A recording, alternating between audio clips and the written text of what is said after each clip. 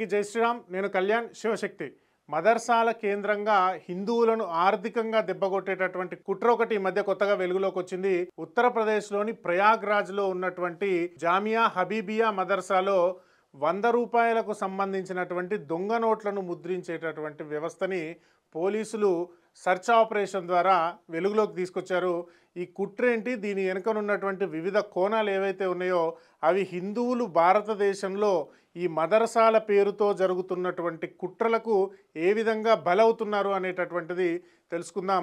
UP में मदरसों के आतंकी कनेक्शन को लेकर अक्सर आरोप लगाते रहते हैं, लेकिन संगम नगरी प्रयागराज के एक मदरसे से ऐसा सनसनीखेज खुलासा हुआ है जो हैरान कर देने वाला है।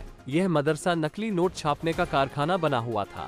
ఈ మదర్సా మీద సర్చ్ ఆపరేషన్ జరిపినటువంటి పోలీస్ అధికారులు తెలిపినటువంటి వివరాల ప్రకారం ఈ మదర్సాకు సంబంధించినటువంటి ప్రిన్సిపల్ మహమ్మద్ అఫ్రీన్ అనేటటువంటి వాడు, జహీర్ ఖాన్ అనేటటువంటి ఒక స్టూడెంటు, మిగతా ఇద్దరు బయట వ్యక్తులు అఫ్జల్ షాహిద్ అనేటటువంటి ఇద్దరు వ్యక్తులతో కలిసి ఈ మదర్సాలో దొంగ నోట్లు 100 రూపాయల డినామినేషన్లో ముద్రించి వాటిని సర్క్యులేట్ చేసేటటువంటి పనిలో ఉన్నారు. అయితే ఇక్కడ కేవలం దొంగ 100 నోట్లు ముద్రించడమే కాదు, ఈ మదర్సాలో పోలీసులకు ఆర్ఎస్ఎస్ అనేటటువంటిది ఒక ఉగ్రవాద సంస్థగా, ఒక హిందూ ఫాసిజం ఉన్నటువంటి సంస్థగా చిత్రీకరిస్తూ దానికి సంబంధించినటువంటి పుస్తకాలని కూడా ఈ మదర్సాలలో పోలీసులు పట్టుకోవడం జరిగింది. ఈ పుస్తకాలు మాజీ మహారాష్ట్ర ఇన్స్పెక్టర్ ఆఫ్ జనరల్ అయినటువంటి ముషరఫ్ అనేటటువంటి వాడు రాసినటువంటి పుస్తకాలు. అంటే హిందువుల మీద, హిందూ సంస్థల మీద ద్వేషం పెంచే విధంగా కూడా ఈ మదర్సాలో విద్యార్థులకు నేర్పిస్తున్నారు. ఈ మదర్సాలో సుమారు ఒక 5-6 రాష్ట్రాలు, పశ్చిమ బెంగాల్, ఒరిస్సా, మహారాష్ట్ర, బీహారు, తర్వాత ఈ ఉత్తరప్రదేశ్కి సంబంధించినటువంటి చాలామంది ముస్లిం యువకులు, సుమారు 100ల సంఖ్యలో ముస్లిం యువకులు ఈ మదర్సాలో ఈ ఖురాన్కి సంబంధించినవి కానీ, హదీస్లకు సంబంధించినవి కానీ, జనరల్ సబ్జెక్ట్స్ కానీ చదువుకుంటూ ఉన్నారు. అయితే వాళ్లకు హిందువుల పట్ల ద్వేషం రేకెత్తించడమే కాకుండా ఈ దొంగ నోట్లు అనేటటువంటివి ముద్రించి వాటిని సమాజంలోకి సర్క్యులేట్ చేసేటటువంటి పని కూడా చేస్తున్నారు.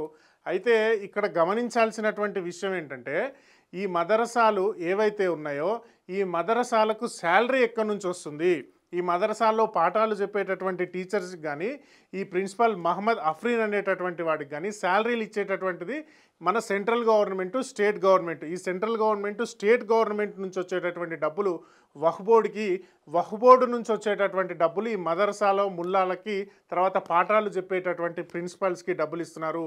వీళ్ళు హిందువుల మీద వ్యతిరేకంగా ఉగ్రవాద భావజాలాన్ని నేర్పించడమే కాకుండా ఆర్ఎస్ఎస్ లాంటి సంస్థలపై విషం జిమ్మే విధంగా కూడా ఇట్లాంటి పాఠాలు నేర్పిస్తున్నారు. కేంద్ర ప్రభుత్వం 60%, రాష్ట్ర ప్రభుత్వం 40% శాలరీస్గా తయారు చేసి మదర్సాలో పాఠాలు చెప్పేటటువంటి ఉపాధ్యాయులకు ఇవ్వాలనే ఒక దిక్కుమాలిన చట్టాన్ని కాంగ్రెస్ గవర్నమెంట్ చేసింది త్రో వక్ఫ్ బోర్డు ద్వారా.